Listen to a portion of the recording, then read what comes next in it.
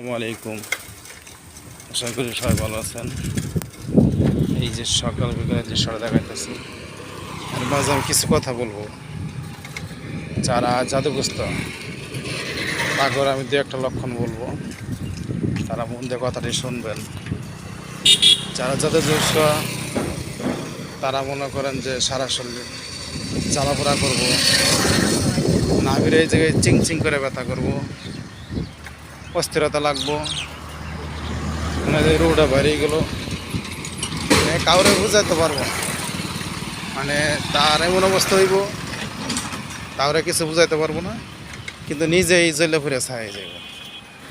আর কত ডাক্তার ওষুধ খাইব, কিন্তু ডাক্তার ওষুধে কাম হইব না।